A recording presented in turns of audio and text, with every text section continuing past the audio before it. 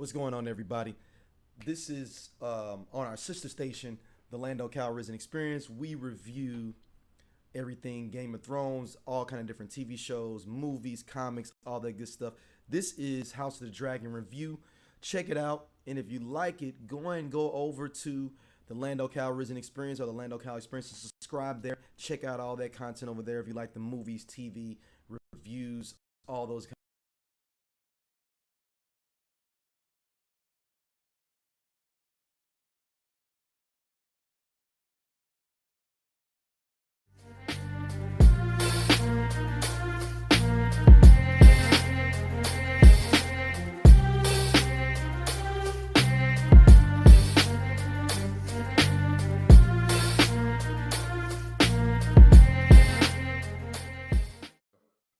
Hi, We are Shay. back. Thrones be the game. We are back in the building. Man, people have been talking about Bethany and everything on the chats going out. We got the full crew. Let's go. Sleep. We got to start out the parenting. So everybody always laughs about our parenting situations, though. So now the great Daemon has dropped off one kid and said, I'm taking only one with me. It be like that sometimes, man. It be like that. But keep in mind, I'm gonna have 3 more kids and 3 step kids. Listen, it's a crowd, bro. It's a crowd. It's a lot going on over there, man. They on Dragonstone too. Ain't nothing to do. The girl that got dropped off might be get the best, the best out the bargain. Dragonstone kind of trash, bro. No, Dragonstone's horrible. Stannis hated Dragonstone. It's a horrible place to live, man. It's not Harrenhal, but it's right there. Like Harrenhal is really fucked up. Dragonstone's like right there. Like you don't want to live there. Like it's not a cool place. All right, Pruitt, I go. How you feeling for this episode that just passed, man? I mean, I liked it. I really enjoyed it. I really enjoyed one particular scene that we're gonna get to, and what I liked most about it was I've complained about the writing throughout the season. I think this episode was amazingly written. I thought the pacing was great. I thought the way they let the suspense and the tension build, even though it wasn't really action forward, I thought that they did an excellent, amazing job in that. And I really can't speak highly enough of how I thought the pacing and the writing was in this episode. All right, Bethany, what are your thoughts? 10 out of 10. 10 out of 10.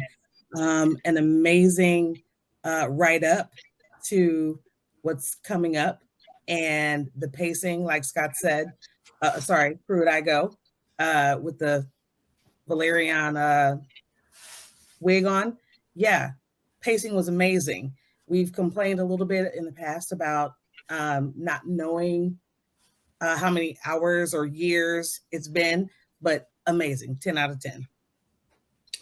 All right, let's jump into the story. We come back. Shout to Valerians.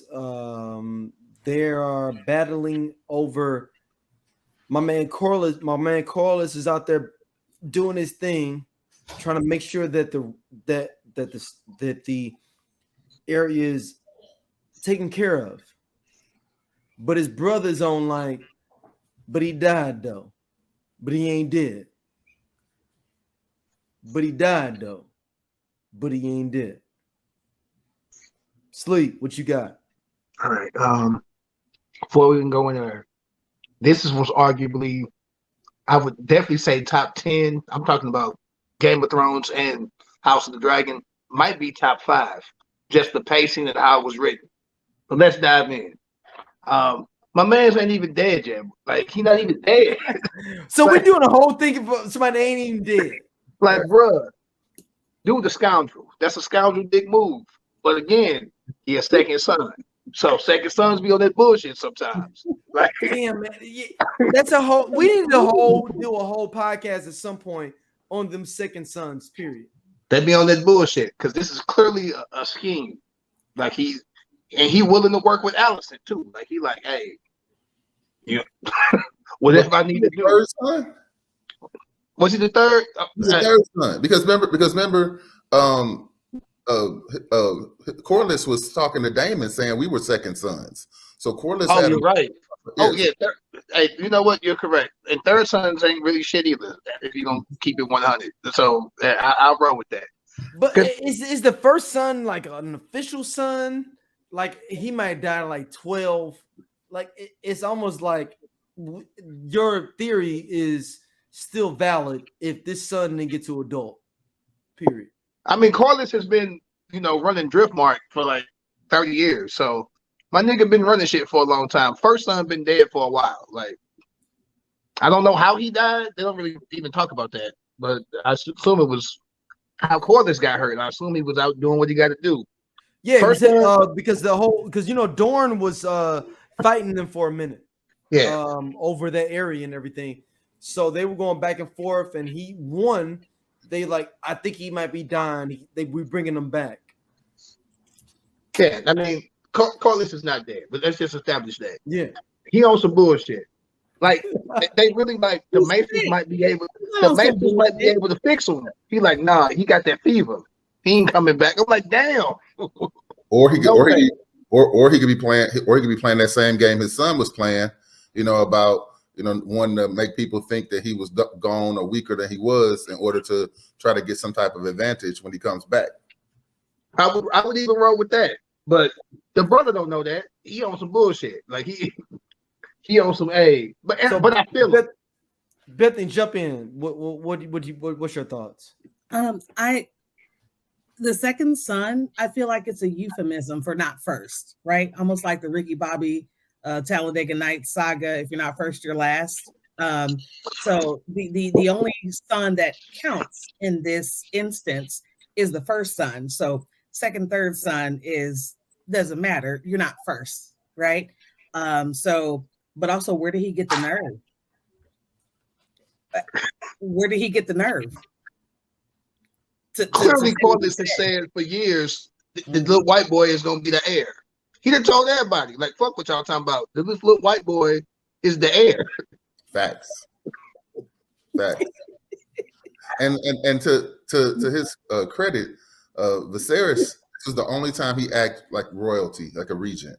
Because we'll get that in a second. I got to get back to my man Daemon, that has decided that he only can have one child at a time. That is his responsibility. Daemon has split. He said, "You know what? I'm not good. I'm not a good father. I'm not a good father. I'm going to go have 3 kids with someone else, but I'm only going to bring one child from my previous relationship into this relationship." That's what Daemon does. See, I read it differently though. Like I thought he was. No. Daemon wants to not have any responsibilities for like these children. Period. No, I believe that. I believe he doesn't want responsibilities, but I also think it was his attempt to persuade or to ease the pain of Rhaenyra for losing both of her children. So I thought that was his at least his opportunity to try to ease that pain. And so because he knows that the son's not dead, and let me stop you. Okay. Also, is it that he already knew I don't want these kids?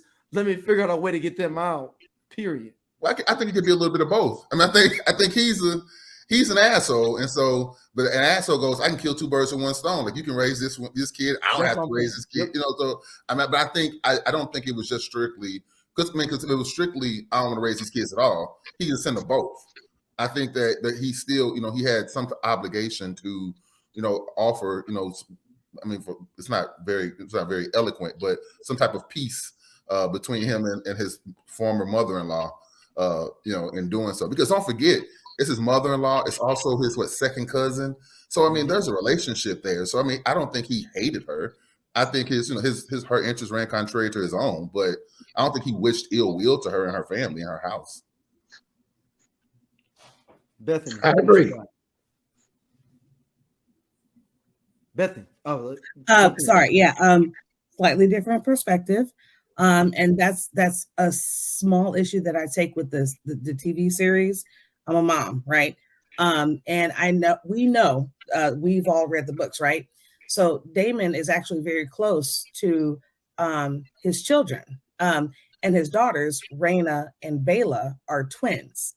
And if you recall the episode when his wife Dracarys herself with Vagar, um, Bela is his favorite. He sees a lot of himself in her. And the series cut out the scenes where he comforts his children, his daughters. He has a great affection for them. But in the series, Rhaenys, I apologize, the queen that never was, she has taken over as ward of his daughters. And Bela is the one who you see standing with Rhaena at Driftmark when Daemon is talking to her about succession. So she's really taken Bela under her wing. Rhaena's there and he loves his daughters, but he figures, hey, Auntie got this. Like, I need to focus more of my energy on my niece, wife, and my nephew's stepsons, right? I just feel like that's where he feels like his attention needs to be because the greater threat is coming from that angle.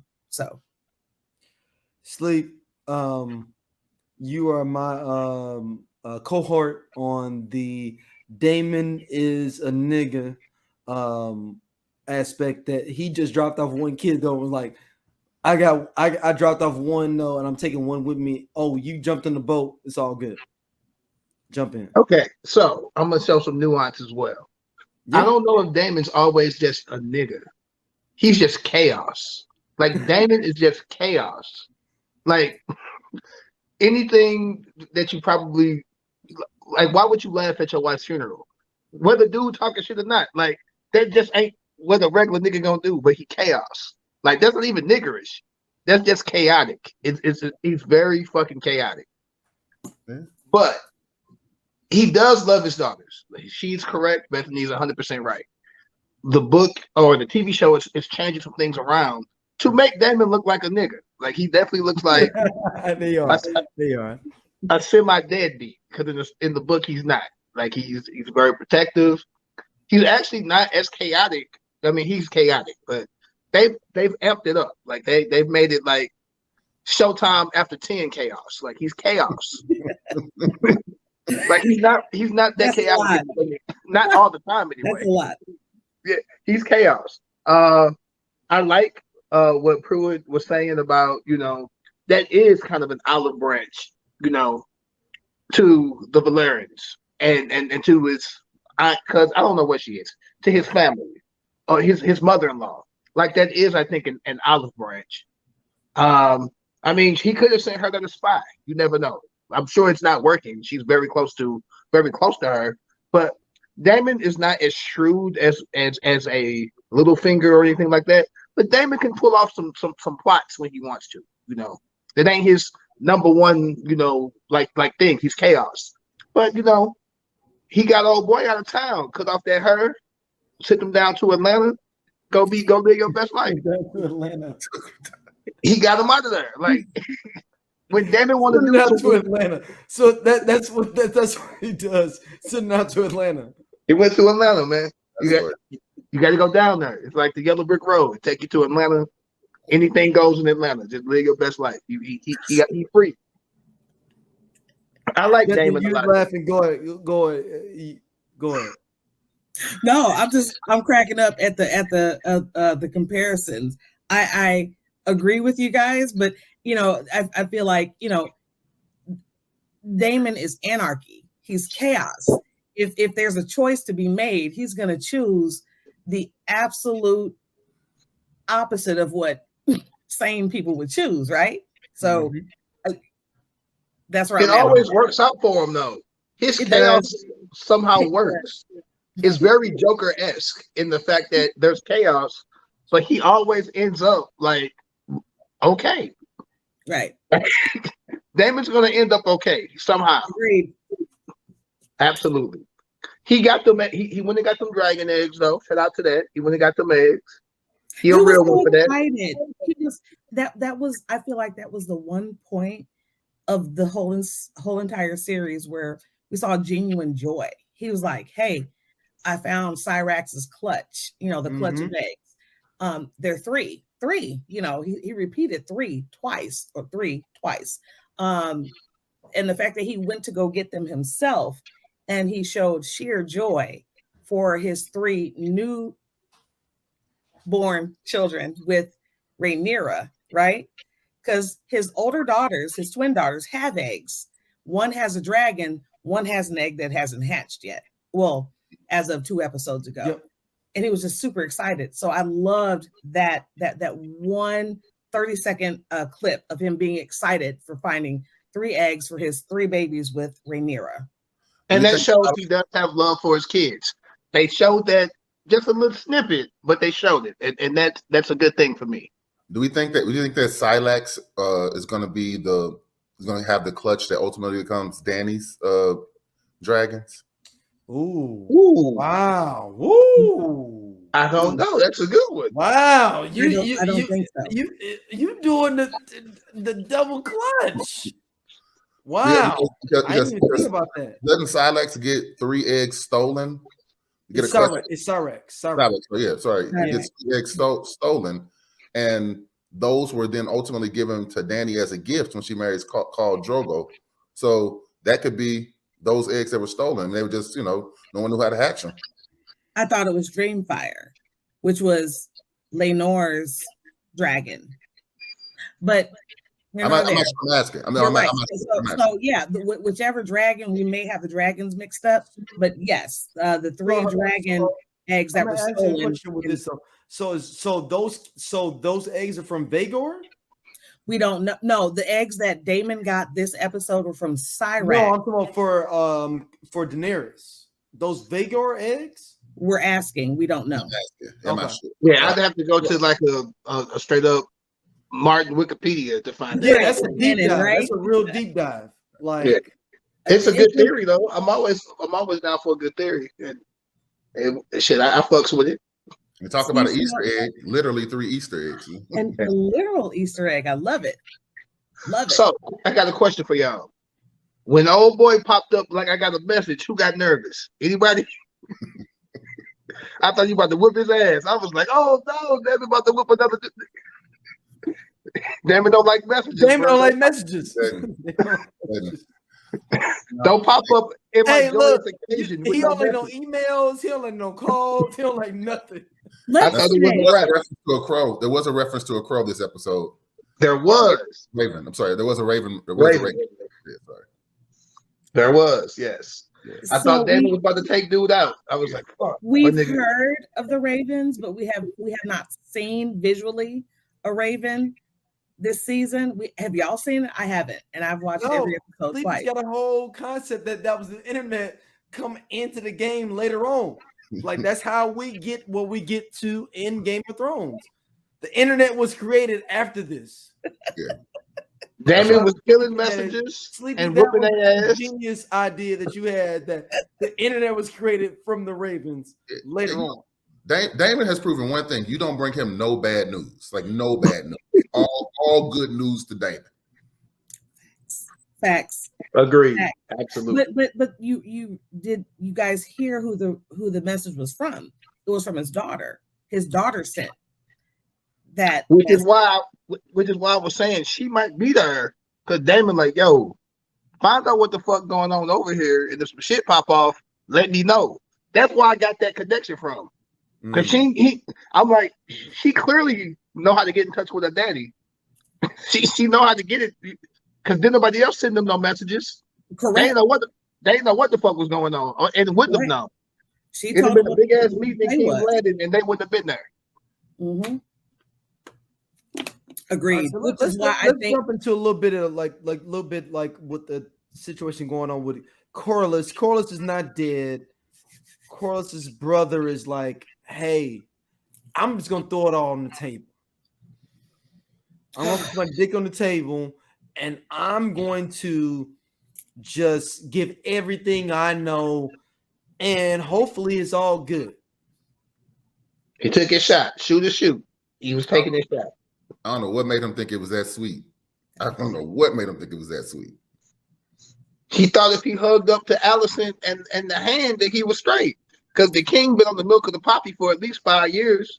So the king don't even do shit no more. He just high all the time. He just high and laying down. So he say, if I close it up to Alicent and the high towers, nigga, we in there.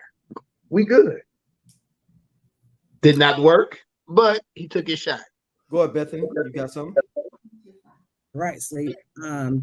It to me was clear that he had been in communication with Alicent and the hand prior to what happened, right?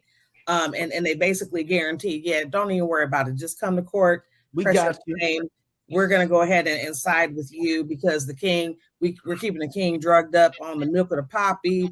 We don't know the day, his name, none of that. And come on to court because he showed up to King's Landing with a regiment, walked in like, I'm here, I'm about to get my claim. And I don't think he's as concerned with the bloodline. I feel like he wanted Driftmark for himself.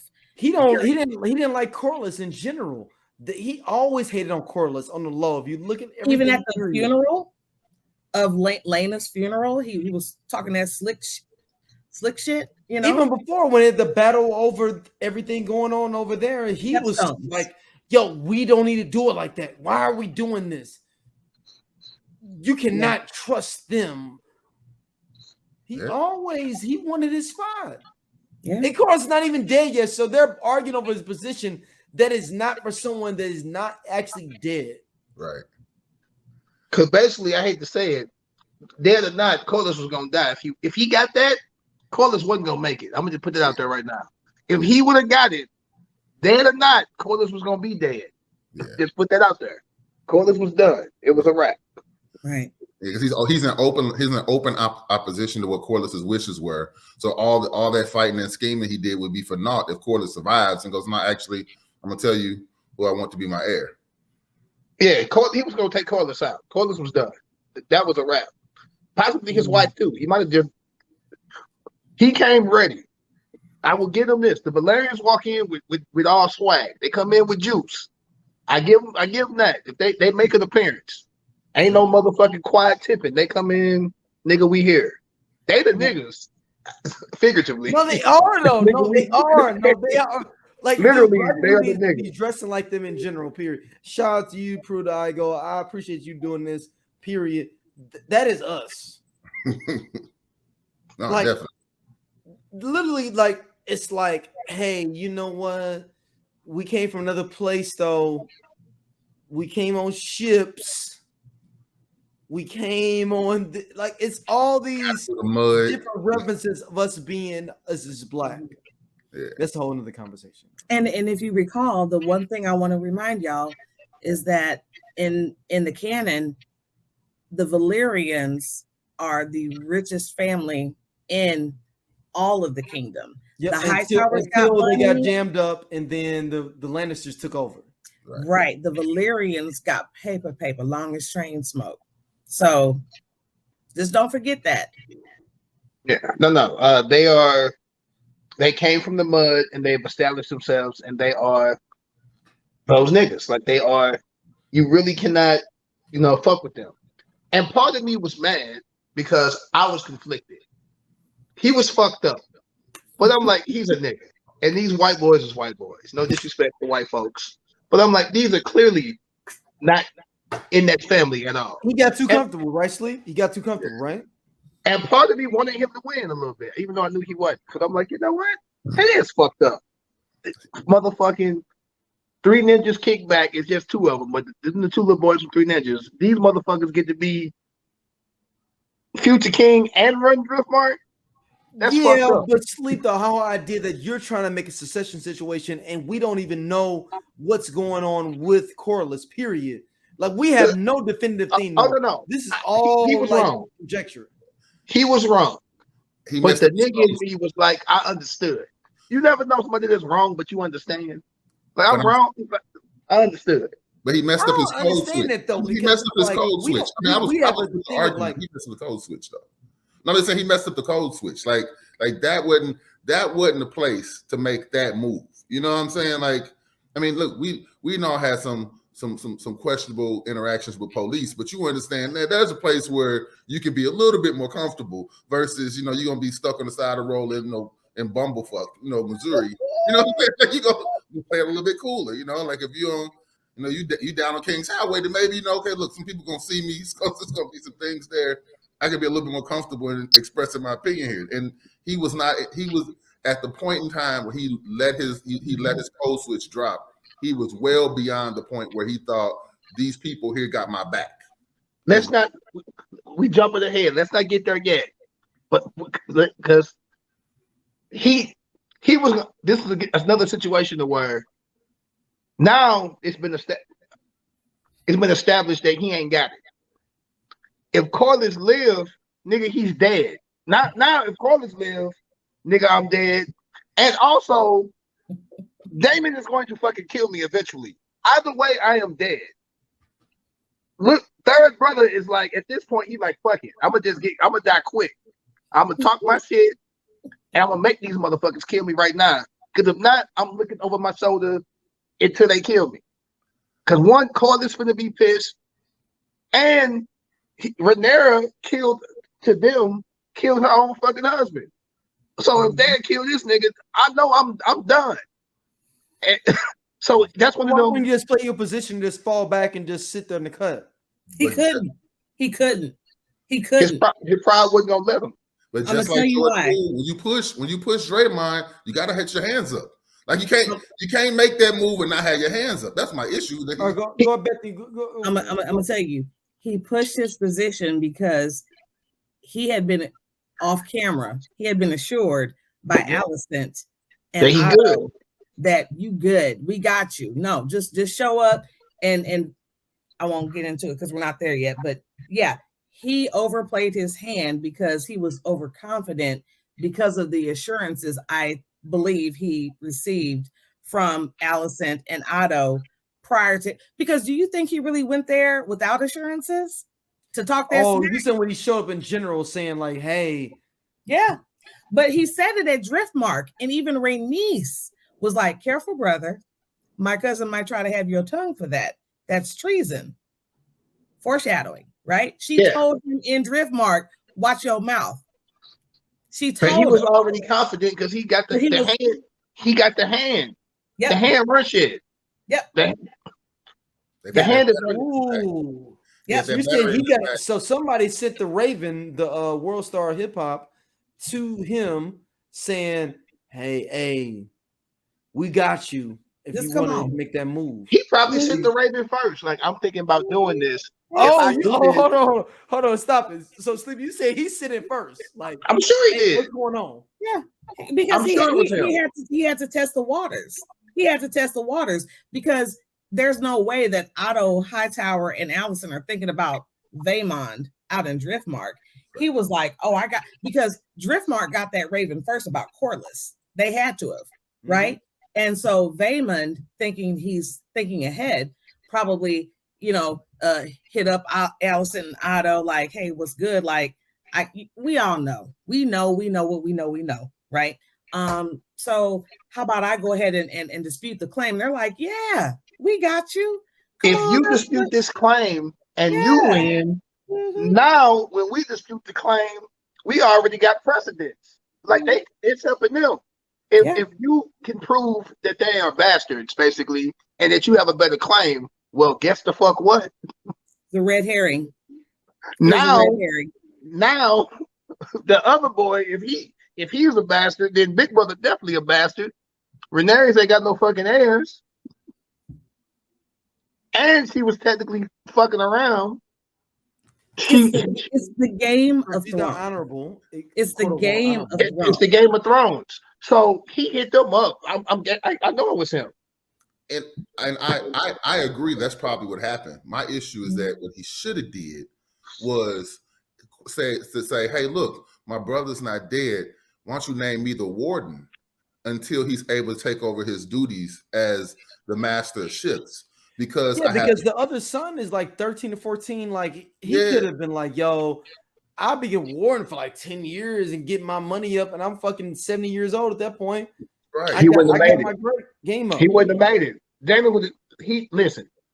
Damon is chaos.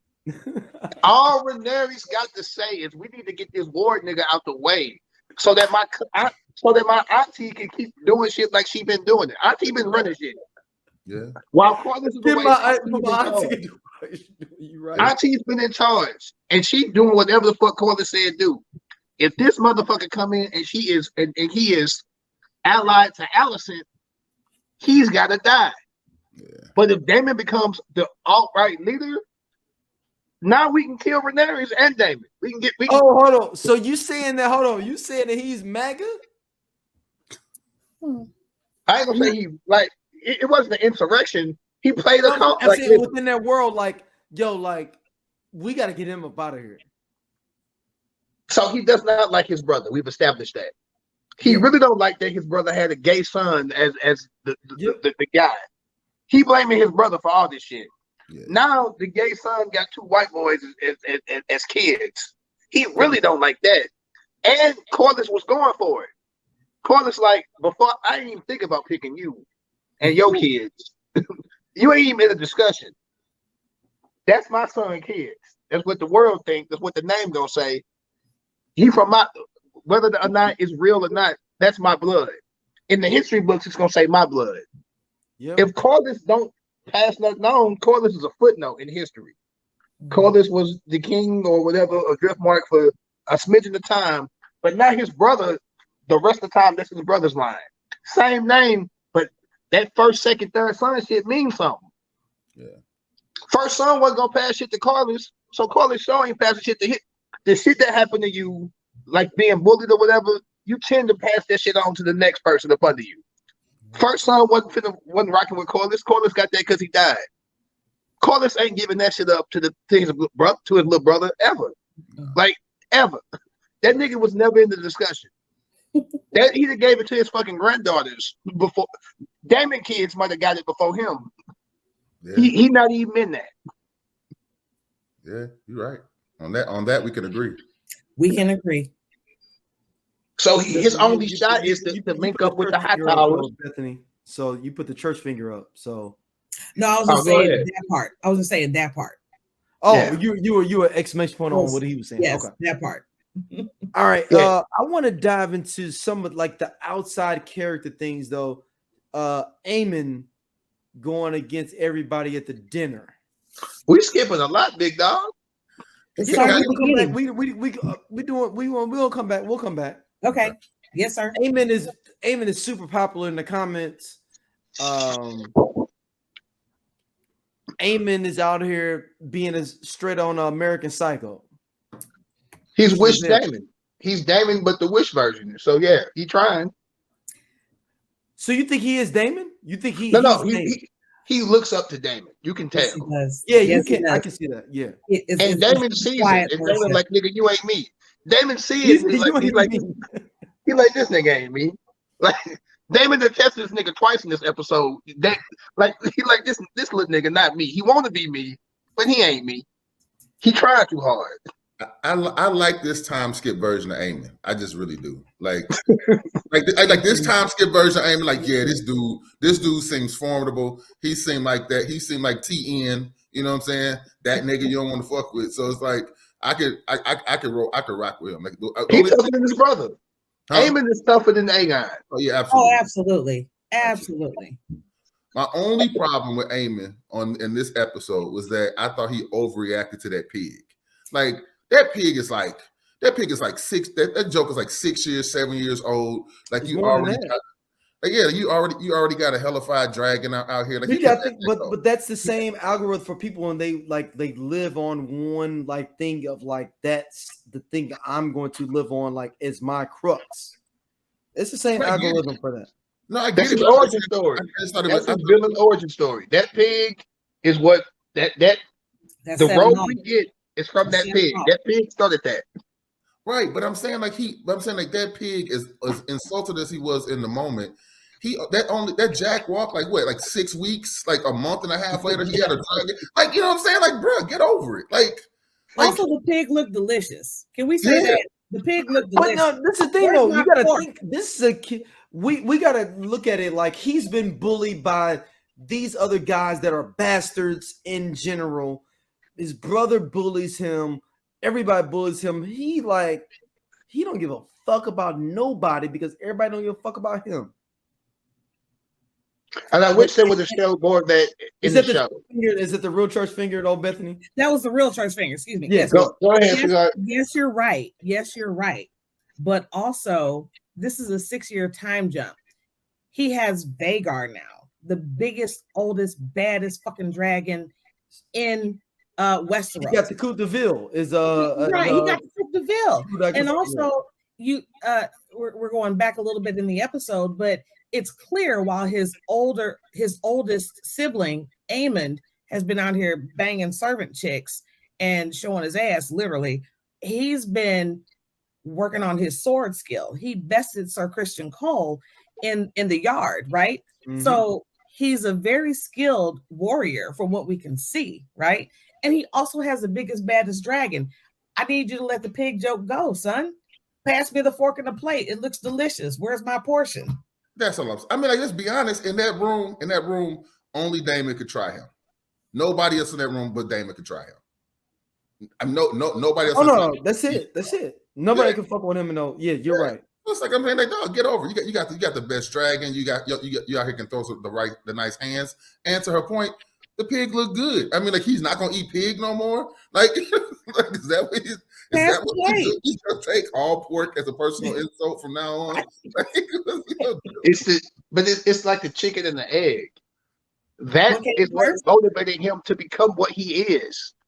Without the pig, we don't. That was the insult. That was the insult that propelled him to do what he does. This is the moment in his life that made him say, fuck it. Because without this, we get a different dude. He don't even ride the dragon. Okay. He don't even steal the dragon. He don't get his eye cut. This nigga probably soft as a motherfucker if this don't happen. That medicated cotton. Soft as medicated cotton. But my question is this to y'all. My question to the group. Do we think Jace coordinated that pig's delivery? Or do you think he just saw him put the pig in front of him and just thought it was funny? No, that's Aegon. Aegon did that shit. It was Aegon. Okay. Aegon been picking on him his whole life. So Aegon did that shit then. He the oldest. Yeah, that's Aegon, they don't like each other in general, period. This is all like a incestuous thing of like, yo, like. But think about how that scene played out. Aegon was hitting on Jace's betrothed. And then the pig comes out and he smirks at Aemon. And then Aemon stands up and he starts insulting Jace about. I don't even think Aemon that was have sex at all. Period. I think that was Rhaenyra's second born who kind of smirked and laughed. Not Jace. Help me with the name. Her second born. The other twin. Yeah. The other twin. Not the second strong boy, right? Yeah. Let's just call him the second. The Lord of Driftmark. Yeah, the Lord Driftmark. Yes. But that's what I'm saying. He didn't coordinate that pig going out there. He saw a pig and just smirked. Twice. He smirked twice. Like the scene cut to him twice, and he was like, and that's what set Aemond off. That's what set him off. I feel like they just set that pig down there because he was sitting at the head of the table. Think of the spatial seating, right? Mm-hmm. Aemond was sitting at this side of the table by himself. That was the head, right? And because Viserys, Alicent, and Rhaenyra were on the sides, as well as the rest of the grandkids and nephews were on the other side. So Aemond was sitting at the head of the table. I think they just set it there because that's where they were supposed to set it, as servants. But he was also extra sensitive, so take from that what you will. Yeah. So he's a psychopath, but he's actually kind of soft because this pig's still hurting him. Yeah. Yep.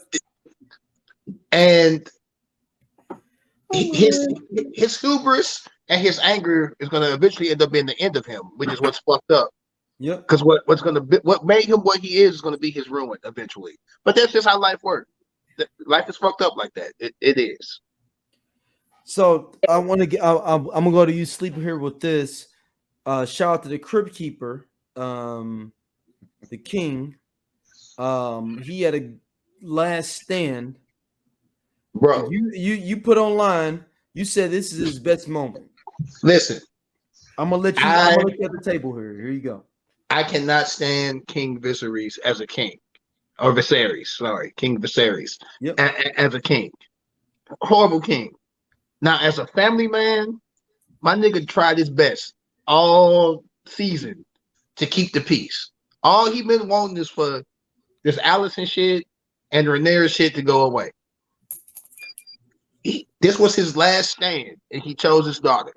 He wanted the family to be okay at the end, at the table. But when that nigga came in that goddamn room, I'm gonna roll it back. When he saw her grandkids, his grandkids, the new babies, he was so happy. That nigga was high as a motherfucker. He was milking the poppied up, but he was so happy. And the kids started crying when they saw his fucked up face, and he was embarrassed. But he realized that, oh shit, I'm fucked. My daughter here, she told him what was going on. That nigga instantly started working out, getting off the drugs. He sat up, bring me some food. Like, I want to go to dinner. Like, he was ready. And he tricked their ass. He didn't say he was going to court. That he wasn't high no more. He said, I just want to go to dinner after that. I want to go to dinner. So they saw him getting ready and shit. They thinking he getting ready for dinner.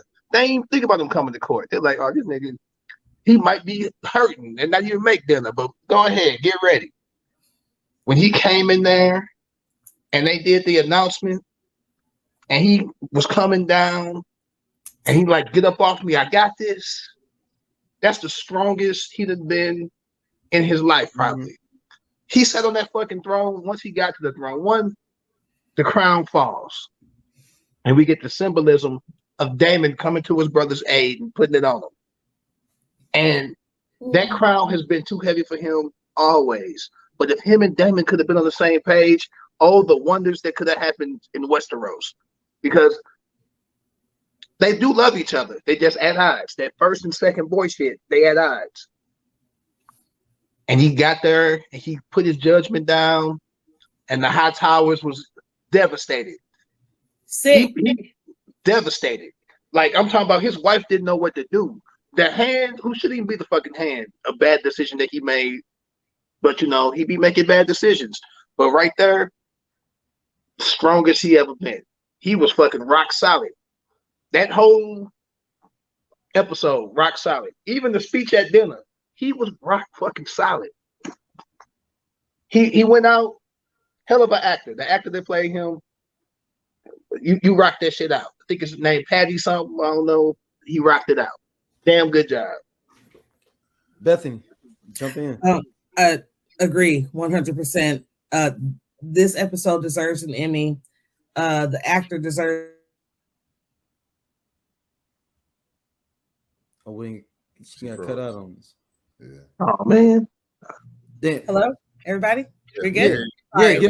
Jump on in. Jump back in. Yep. Emmy all around. Emmy all around for this episode.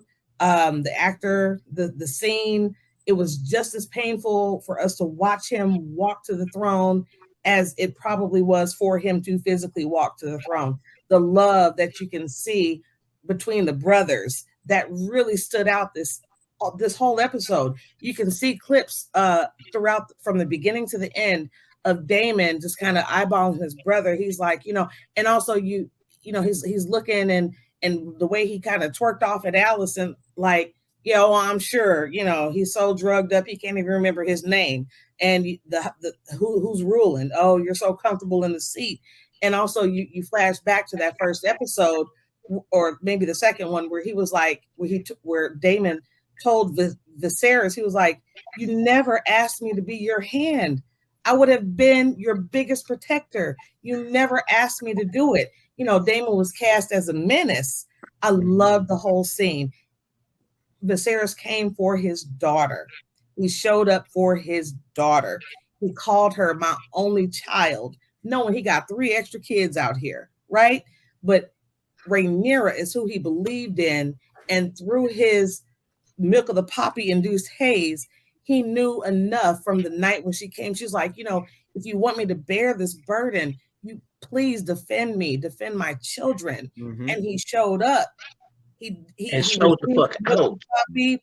He went to the throne and he was like, what are we here for? I'm confused, but loved it. Loved the whole scene. If this doesn't win an Emmy, I'm going to boycott the Emmys that I don't watch. So next. Had on his Phantom of the Opera mask. That motherfucker was gilded in gold. He walked in there That drinking, didn't motherfucker he? ready. Got his little half gold mask. He looked amazing. And you could tell that his vestments, right? His robe, the jewelry, the crown was weighing heavy on him. And it took everything he had to get to the throne and for his brother to escort him to the throne. I stood up off my couch and gave a standing ovation during that scene. He finally chose Daemon over the Hand because the Hand tried to help him. He said, "No, bro, I'm good." No, the King's Guard tried to help him. No, the King's Guard tried to help him first, and then when he got closer, he said, "Chill out, I'm gonna sit the throne today, bitch. Get out my way. Get your ass up." Love he didn't cut himself. He didn't cut himself. Did y'all notice? He sat on the throne for the once. He didn't cut himself and didn't hurt himself. I say, "Oh, you the king today. If you ain't been the king but one day." And that's what I was going to say about it. It was super regal. It was 4 minutes because he that was the first time I saw him truly exercise his power as king. He's like, "No, I'm going to be slow, and you're all going to wait. And all these proceedings come to a pause and a stop until I get to where I need to be." And they pan everybody, and you see him struggling to get through it, but everyone else had just having to sit there uncomfortably and wait for him to to labor to get there, and wanting to help him and wanting to offer some assistance to make it go faster, and him refusing. And I mean, that was the most regal I've seen him all season. And again, for the writer's credit, to really make us eat almost 4 minutes of that scene, to watch him labor to get to that chair. And then ultimately, like Sleep was saying, the crown falls, and then when he was, casting away all the other assistants, when he realized that it was Daemon to help him, and he finally accepted it. I mean, I thought that was just super powerful, and it really showed kind of his devotion to the family that we get into that later scene with the dinner. That how it wore on him, and how Rhaenyra's pleads to him when he was he was all high on opium, got to him and really touched him, and brought him out that haze, because he was like, this is not just the politics at risk. This is actually the well-being and the lives of my family members. Which again, like I said earlier, this is the best ready episode that I've seen thus far. Facts. Yeah, so let's jump into. We got 2 more topics going in. So Allison takes him seeing Aemon in his dreams and his thoughts process, the prince that is promised. We know from everything we know that it's Jon Snow that he's talking about, that he doesn't know. He says it's Aegon, but Jon Snow is what, Aegon the 5th, right? Yes. Yeah. So okay, he's seeing Aegon because he's getting these visions of, because everything that's going on from the north. And a part of me is like,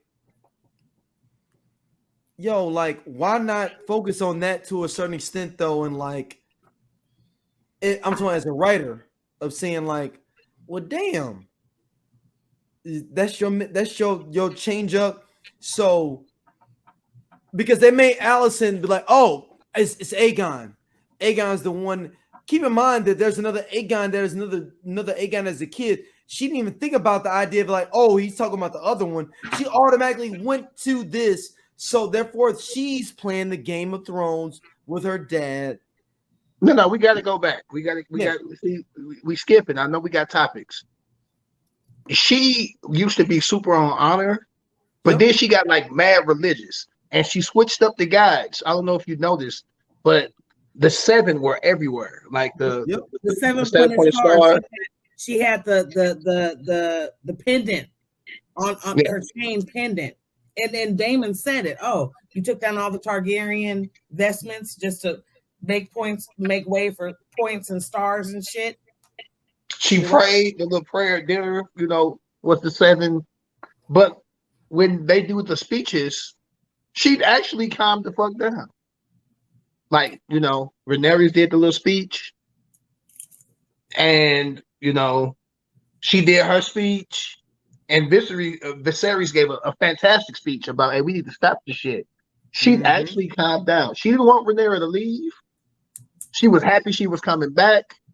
This is just a situation to where they gave that nigga the milk of the poppy again. He was off of it, but he went and laid down. They gave him the milk of the poppy. He don't even think he's talking to Alicent. He think he's talking to his daughter. Correct. From the night before. Correct. Yeah, he thinks he's talking to his daughter. Alicent don't know shit about the prophecy. She ain't never heard of it. This is news to her. All she hears is Aegon. And of course she gonna think it's her son. I mean, I'm just gonna be real. This wasn't even a Game of Thrones moment. This is literally my husband is fucking dying, and then he's saying his last words and shit. And I think he talking about my son. This wasn't even no bullshit. This was her just not knowing what the fuck is going on. Like, she really didn't know. Like, this she really was. When he said that, with that speech she gave, where she was like, "You'll make a great queen" to Rhaenyra, she was done. She like, fuck it. God just want her to be queen. She meant it at the time, and I think Alicent heard what she wanted to hear. This is also true, but it wasn't a Game of Thrones moment, right? And so the show has. Did we lose? We lost him. He'll be back. Maybe back. Oh, okay, so the show makes a really good a point of making Alicent semi-sympathetic, right? Painting her as a kind of a unwilling victim. But we know, for those of us who read the books, that in the books, Alicent is about that life, right? So Alicent heard what she wanted to hear. And just because that's what she had been gearing towards this whole time. So she really thought he was talking to her about their son. We know delusional. We know he wasn't, right? Yeah. And so like I said, it's super interesting how the show portrays her versus how the books portray her. And I'll let Scott go, or Pruitt, I go. Sorry. Well, I mean, I agree with you. I agree that she heard what she wanted to hear. I thought it was unnecessary to give her that last little deathbed type of confession, because it wouldn't play to who he was just previous. It's like what we know about him is that what he has expressed on Milk of the Poppy isn't necessarily how he truly feels. Mm-hmm. So much so that when he got off Milk of the Poppy, he told us what he really felt in front of everybody. He told us what his real beliefs were about his family in front of the entire family. Then now you give him some Milk of the Poppy, and then in his delirium, then now you hold whatever he's saying in this moment to be, oh, well, this is his dying breath, and this is what he really wants. It's like, to me, it makes her more of a villain, because it's like, well, that's not who we just spent the entire episode trying to see. We saw him get himself off the Milk of the Poppy because he thought it was so important to express these emotions and these thoughts about how families should stick together to his entire family that was gathered there. And then he gets high again. I would say, no, well, it doesn't matter. Do. It's back to the infighting. I guess he didn't really mean it. It's like, it's kind of bullshit. Like, I agree. No. I think it's making her a villain too. I'm pretty sure they did that on purpose. Okay. Like, it was done. Imagine something you always wanted. It's been snatched from you in real time. She saw everything she wanted fall apart, and she was content with it. She was like, fuck it. You could be queen. Rhaenyra was gonna never kill her kids to begin with. That was some shit her daddy put in her head. Right. That was never gonna happen. Rhaenyra did not want to kill them kids. That was never gonna happen. Rhaenyra said, I'm queen, nigga, y'all good. Right. So it was snatched away, and then she got a glimmer of hope when he was high. Mm-hmm. He was high. She got that glimmer, and she ran with it. Yeah. When she said, "This is my chance," and I can honestly say I heard it from his mouth. Yeah, she heard what she wanted to hear, but she's like, "I heard it," and she asked him several times. She was like, "Aegon, you mean Aegon?" Like, she was like, "Nick, are you sure? Before I run with this shit, do you mean Aegon?" And he talked about the White Walkers. He was like, it's to the north, the prince that is promised. He was speaking in riddles. Yeah. So Her son is a prince. That nigga named Aegon. Shit, fuck it. But they all name Aegon. Like every other Targaryen's name Aegon. Like I said, stop naming all your kids Aegon. It's confusing. It's confusing to everybody. But absolutely, Scott, you brought up a good point. Like, I love that point that you just brought up, and I hadn't thought about it from that perspective. But man, isn't a man drunk and high telling things that we want to hear? Isn't that all of our stories for women? Isn't that what all women believe? Y'all talking all that shit while you on that stuff, and now we got a whole situation. What stuff are we on though? Hold on. What stuff are we on in your situation though? He was like literally like prophesizing. He's on PCP at that point. I was just saying, like that's the bane of all of our existence, is the man telling us stuff that we want to hear while they are intoxicated, right? Yes. The bane of all of our existence. That's it. I was just making a funny. And yes, it's true. She heard what she wanted to hear and she ran with it. He can't wake up and say no. He ain't like he's finna wake up and be like, I ain't mean that. That was bullshit. That nigga dead. He like, or what he was meaning. I think he was talking about the future Aegons. Yeah. Of course he was. Yes, he was. But she don't know that. Snow.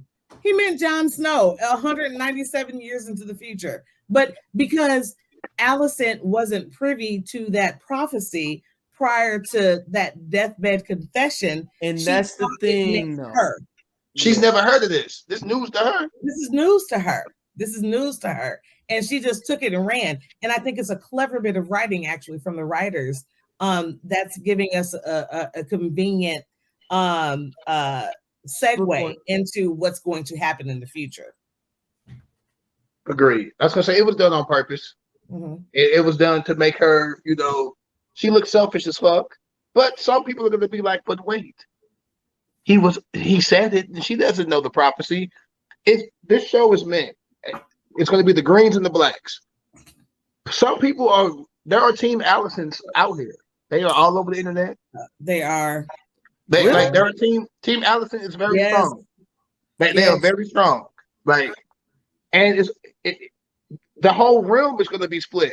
Half of the realm. I mean, I know that, but I'm talking about us as viewers, there are Team Alicents out there. Yes, a whole bunch. There are lots, as it should be.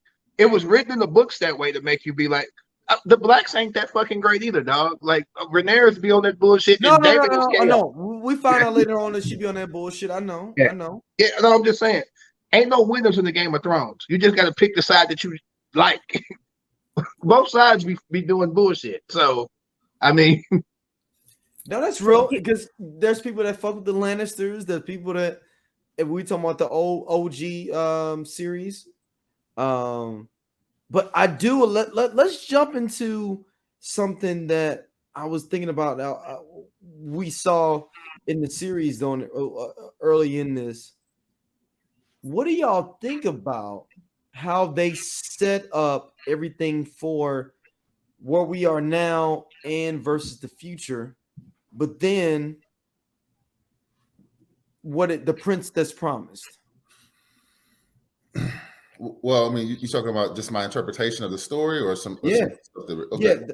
Because it's like a part of it is like, should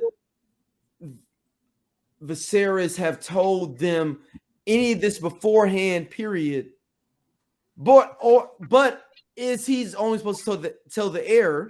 He's only supposed to tell his heir. Yeah. At the same time. But the then way it goes back to only the heir is supposed to know. That he should have stepped down earlier and just let this happen. Well, I mean, I think him getting his head clear was him expressing his wants and desires to everyone.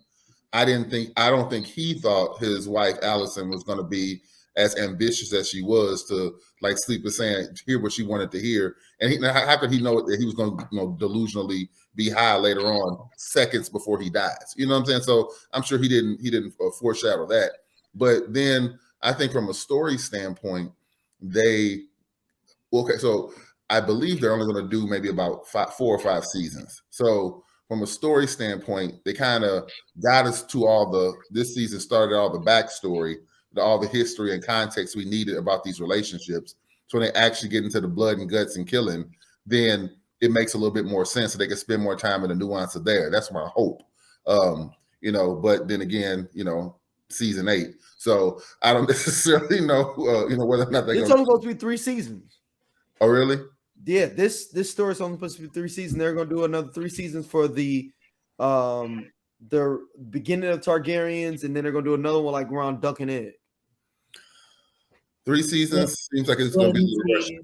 Duck and Egg, yes. I heard 4, but we'll go with that. Yeah, but it's going to be smaller. It's not going to be drawn out. They're going to get it in real fast, basically. I mean, the true book covers like a lot of years. This stuff takes place in the middle of the book. Like this ain't even the beginning of the book. So they have a lot. They're of gonna stuff try to do the beginning when the original Aegon Targaryen comes in general period. So I mean, he really thought he was talking to his daughter. One, you can only tell the prophecy to your heir. True. So ain't nobody else supposed to know. This literally just supposed to be you tell the heir. Because I mean that's some big fucking news. One day, everybody would just. She didn't understand what he was talking about with the White Walkers. She was like, she just only keyed in on Aegon. Yeah. Imagine you start telling motherfuckers this that ain't your heir. Nigga, that's some doomsday shit. That's a conspiracy theory. But no, she didn't even think about this. She only was like, what do you mean, Aegon? What do you mean, Aegon? Yeah, no, Aegon? Listen, she heard what she wanted to hear. Like she had a glimmer of hope and she ran with it. But could you imagine if they were just going around telling people this shit? At some point, somewhere, some zombie niggas are gonna come out the north, and Aegon's gonna be the one. Like everybody would just keep naming their kids. It'd be way more fucking Aegons, honestly. Everybody be Aegon. Yeah. My son is the guy because his name is Aegon. Like you can't pollute it like that. So, like it is what it is. She just happened to pick Aegon, and his dumb ass would be like, "No, we shouldn't name him that." He makes bad decisions. Yeah. Because he could have put his foot down a long time ago when that baby was born and be like, no, we're gonna call him Lawrence or some shit. But she said Aegon, and he was like, I love you, Allison. Fuck it. He's a great fucking family man. He's a happy wife, happy life ass nigga for the most part. Unless his daughter's involved. If his daughter not there, Allison get what the fuck she want. Yeah. So she was like, we're gonna name him Aegon. And his goofy ass was like, sure. Not even thinking about the damn prophecy. He probably won't even think about it. He's like, this shit ain't gonna happen for at least 50 years in his mind. He's like, the North great. Ain't shit going on up there. They ain't called me. They ain't called me. They ain't sitting no Ravens. Ain't nobody popped up. Shit good. Like it's good. Until it wasn't. Until it wasn't. But what's crazy is all of this stuff has to happen. Yeah. For Jon Snow to come. It's one of those things that it's like all this fucked up. If you change it, the shit don't work out right. Jon Snow went through a lot of shit to get where he is. Yeah. No, I mean the Targaryens, period, go through a lot of shit to get to Jon Snow. And but all of those things have to happen. Daenerys has to fucking be raised somewhere else and get the Dothraki. Like all these things have to happen for this shit to work out. How she has to have the Unsullied. Because I'm sorry, Westeros armies are they soft. Like she had to go get like all of these things have to happen for them to get to Jon Snow killing Dany. As fucked up as that is, like Arya has to become a fucking assassin, super assassin for her to kill the Night King. If these things don't happen, like, so as fucked up as it is, Allison's just doing. She's just a part of the prophecy. All this shit is preordained. It's a prophecy. All this shit has to happen like this, and it's fucked up. But when you get that in your mind that it has to happen, you're just like, okay, like it is what the fuck it is. Like Biggie said, somebody got to die. Somebody got to die. Martin was a lot of people, well, Daryl knows because he's watched The Wheel of Time, but Martin was a huge fan of this book series called The Wheel of Time. Yes. a lot of things that he included in Game of Thrones or A Song of Ice and Fire have the same sort of symbolism. There's the dragon reborn in the Wheel of Time. There's the Princess Promised, which is a dragon in Game of Thrones. Like a lot of the things that Robert Jordan used, Martin made them his own, most definitely. But it deals with like a Jesus figure that will come some point in the future. And is that the show on Amazon? I think I saw that. Yeah, it's on Amazon. We do a review show. Me and Sleepy do a review show on it. I'm in. Go ahead. Sorry. Excuse me. Yeah, Sleep. so even the themes of dragons and things like that, they kind of both use them. Like, I mean, it's very, if you read both books, it's super prevalent. You're like, oh shit. Robert Jordan did that shit.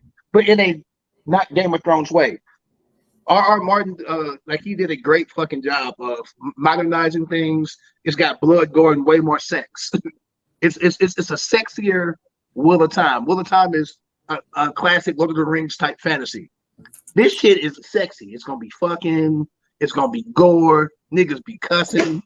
Like main characters fucking die. In fantasy, main characters don't die. Like Martin said, I'm gonna flip it and I'm gonna make it mine. He did a great job. But Allison, she heard what she was supposed to hear, and she had to hear it. If she don't hear it, we might not even get a Rhaegar. And if we don't get Rhaegar, we don't get Jon Snow. So it's really fucked up. So I get the Greens. The team Green feel like Allison just doing what she's supposed to do. I would protect my sons at all costs too. Like I get that.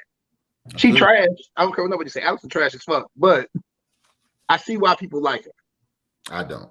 But I understand her motivations. I don't see why people like her. Yeah.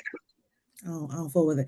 Can Go I'm ahead, sorry. jump in. I have like a unrelated point to make. So do it. I just want to tie it back to Game of Thrones. Do you guys, and I had to look it up on my phone, which is why I was looking down. Game of Thrones. Do you remember Shireen Baratheon? Yep. Okay. Okay. She was sacrificed by her father and Melisandre. Melisandre's supposed to be in this series though, too. Right. Yep. So okay, so I'll make 2 points. Daemon's mistress from the beginning of the series, she made a brief cameo in this show. And one of the servants from the Red Keep or the King's Landing reported to her. I feel like she's like the master of whisperers, and we'll see more from her. Not 100%. She's Melisandre. You doing this conspiracy theory? I don't think she's Melisandre, but I think Melisandre will show up here shortly. But if y'all remember Shireen when she was teaching the Onion Knight. Oh God, come on, y'all, help me remember his name. Onion Knight works just fine. Okay, the Onion Knight, when she was teaching him how to read, she read him the Dance of the Dragons. If you recall. And I'm not going to read it, but she said the Dance of Dragons is the story of the fight between Rhaenyra Targaryen and her half-brother Aegon for control of the Seven Kingdoms. And there's lots more, and I don't want to spoil anything, but it reminded me, I'm like, Shireen talked about this. And if you recall, when Joffrey was engaged to Sansa. Your girl. Sansa. Nope, not Sansa. Tyrell. Marjorie. He was all excited, showing her things in the Red Keep. He's like, he had a dime. That's like going to the club with the dime. Like, I'm gonna go to the club. We're gonna be stunting. And so there are a lot of tiebacks to Game of Thrones for those of us who watched it. I watched it twice. I watched it again before House of the Dragon came out. And I was just like, oh my God, there's so many references for things we didn't know, right? So just things to be on the lookout for. And it's lots of cool things. Did y'all notice how Aemon is missing the eye? He's blind in one eye. But then Aemon, Rhaegar's brother, is blind at the wall. Yeah. That part. And can we talk about Helena? Helena, she never gets talked about. We know she's a seer, right? I'm sorry. What do they call it? A dreamer, a dragon dreamer.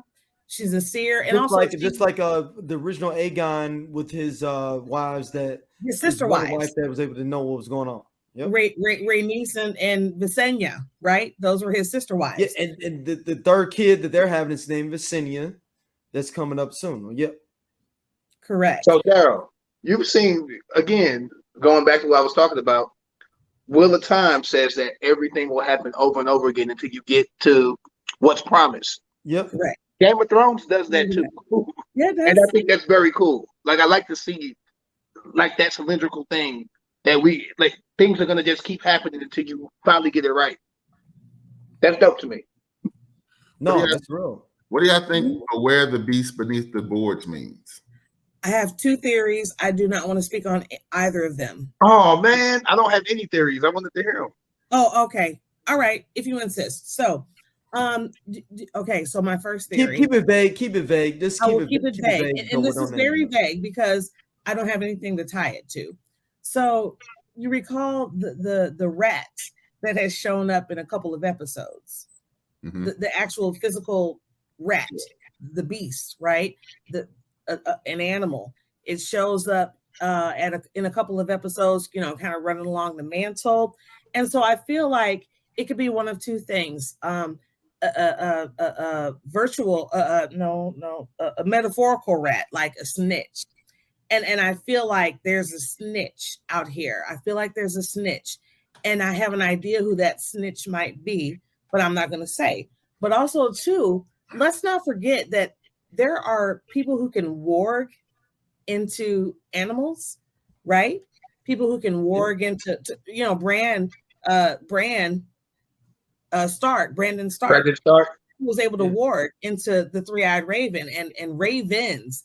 And also, too, when the wildlings were, when Jon Snow went beyond the wall, one of the wildlings was able to warg into another eagle or a bird or a hawk. And I don't know if it's someone warging into a rat or it's a literal or a hyperbolic interpretation of a rat. I'm not sure. Those are my two theories. There's a warg somewhere, and I have an idea of who it may be, or it's an actual physical hyperbolic rat, and I have a version of who that is also. So beware the beast beneath the boards. That is indicative to me of someone who is hidden but able to hear and see what's going on and report out on those things. But that's me. Okay. All right. Man, you going heavy. You going heavy with it, man. Hey, that was good. No, I love it. I love this. I love theories. Like I love Probably wrong on both fronts, but we'll see. We'll see. No, I absolutely love both. I got nothing because I got nothing to base it on. So I'm going in eyes wide open, just waiting to see what it is. We'll find out, right? Did we have 10 episodes this season, or is it just the 9? 10. 10. So this was 8, right? Yeah. Sunday was 8. So 2 more episodes. Oh God. Yeah, I want to give a shout out to the podcast. They took a clip from us, Game of Thrones for You. They took our clip where we predicted a small. Remember when we were like, "Hey, this is going to happen." Not the Daemon thing. The Daemon thing is got his own thing that is being a black man, being Daemon, being extra on that accord. But it was more of saying like how we were like, hey, this would think with Lenore, the timeline changing, something else is going to be changing too. So we can't, us as book readers, can't be maybe attached to it because something else may be changing along the lines. Oh yeah, totally agree. Yep. Now that they've already veered a couple times actually already from the book, now I can go in and just enjoy it. Because at first I was literally for the first couple episodes, it was really following the book down the line. But then they started doing some other shit. I was like, you know what? I enjoy the other shit has not taken away from the story. If anything, now I'm like, well, when is he coming back? I'm like, if Corlys does die, this nigga pop back up. Oh shit, that's a new wrinkle. Like, I actually thought he was gonna pop up. I was like, I don't know how he's gonna find out. I didn't think. I mean, I knew Viserys was gonna do what he did, but I thought his ass was gonna pop up like a jack in the box, like, maybe I'm back, like old boy from Living Single. But it didn't happen. I thought Rhaenyra was going to tell Rhaenys that her son was alive to kind of sweeten the pot. No, she couldn't do that. She couldn't. I'm just saying. That's what I thought. I ain't saying. I know, and I wanted her to, but I understood why she couldn't. Right? It's just a whole thing. Oh God. What it's kind of still dope though. It's like, our last topic I want to talk about is Daemon saying, "I'm dropping off one kid, and I'm going to take another kid." That they ran out to the car and was like, "I still want to go with you, Daddy." He's like, "All right, cool. I guess you want to come." The other kid was like, "This was in the back, and didn't even know that you was leaving out in the station wagon." And you go have you got step kids. You also go have 3 more kids, and it's supposed to be all good. You Daemon. Nick Cannon. No, it's different than Nick Cannon though, because he was literally. It is. It's different. I agree with both of you. It's different. Yeah. It's different. I like it. That was great. I chuckled. Shit. Hot mess. And it's funny. Yeah, we get it. But I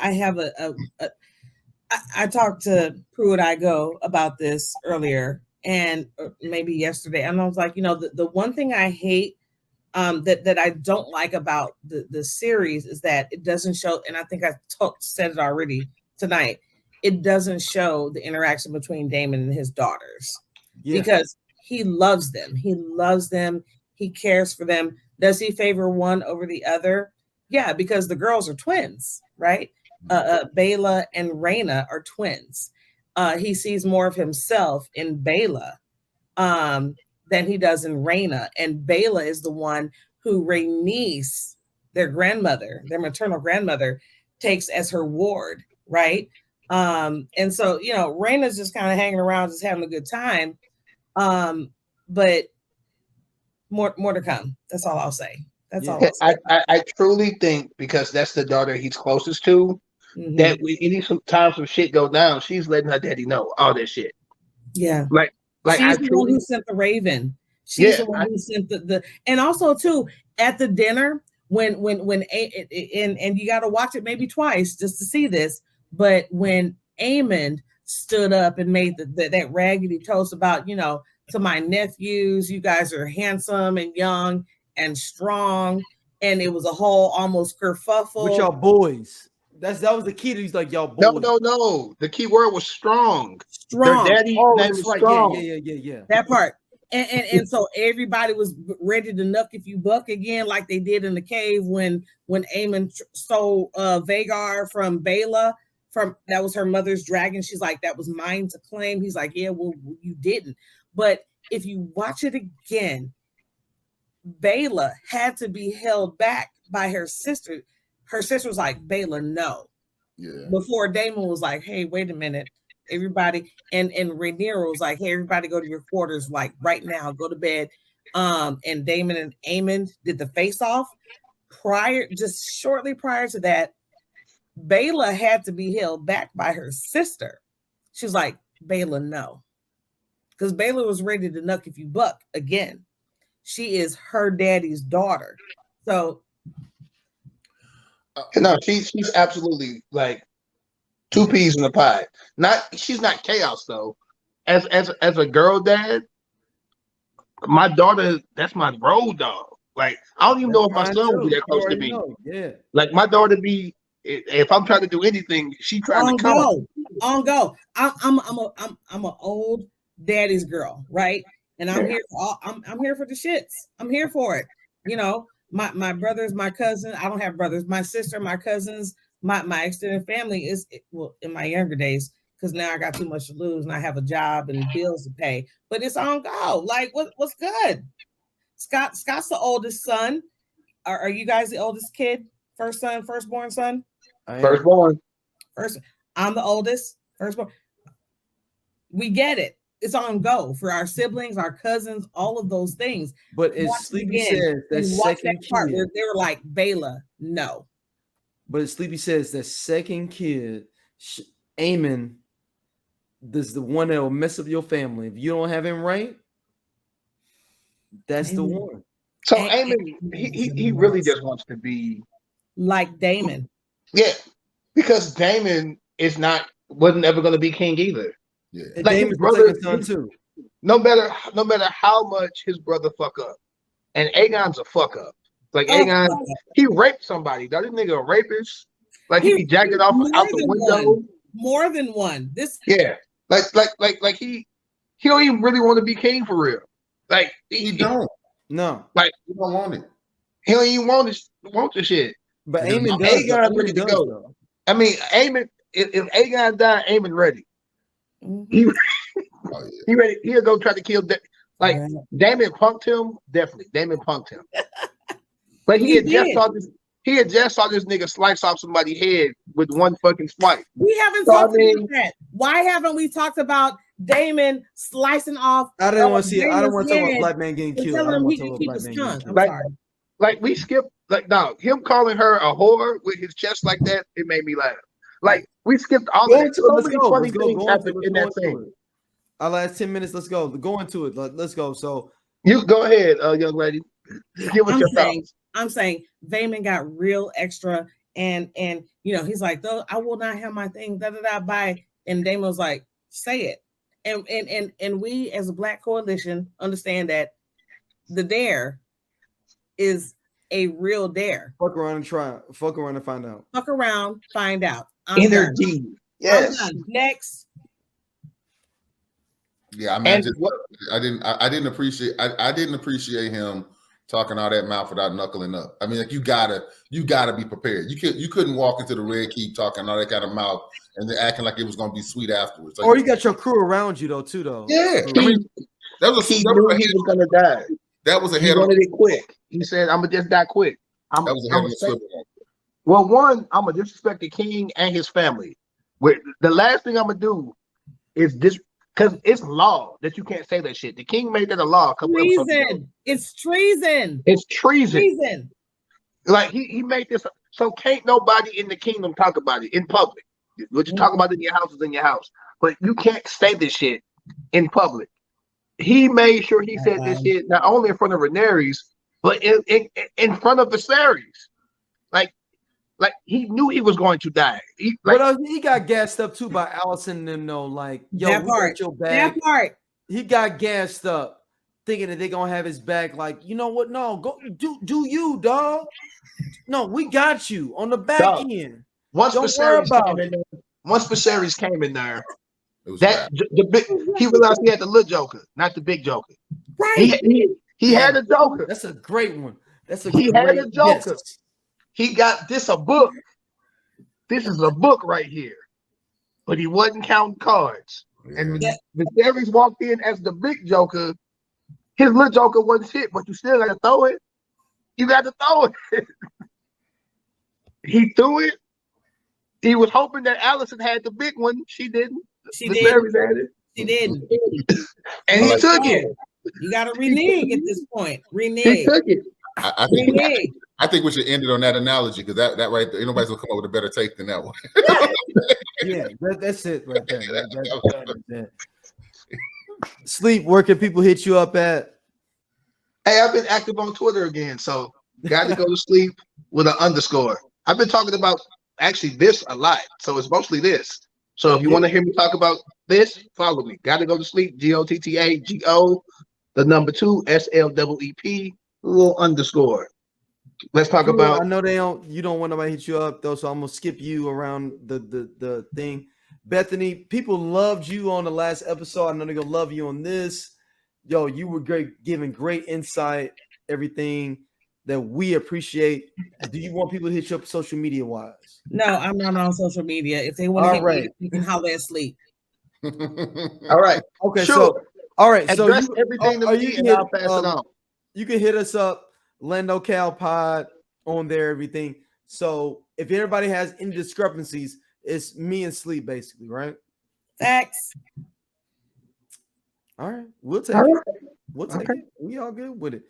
And we'll be back next week. Look, I'm making a call right now. We're gonna do the final episode for 10 at the crib. We're gonna do a live stream here at the crib in the studio. Everybody's coming through. I already got it. I already got it condoned with upper management. Right. Wife. Got Y'all it. know who the upper management is. The upper management is already said it's cool. For episode 10. I'll bring company for upper management. Yeah. Yeah. Thank you for bringing the upper management. Thank you. So that will be live. We're gonna do it live. All right. I love it. I'm here for it. We're gonna do it live. Bethany, you gonna I hope you don't live too far. I I do, but I'll make it. I'll figure it out. We'll work it out. Yep. All right. And we will be back for episode 9. We'll be back soon. See y'all next week. Bye. See you next week. Bye.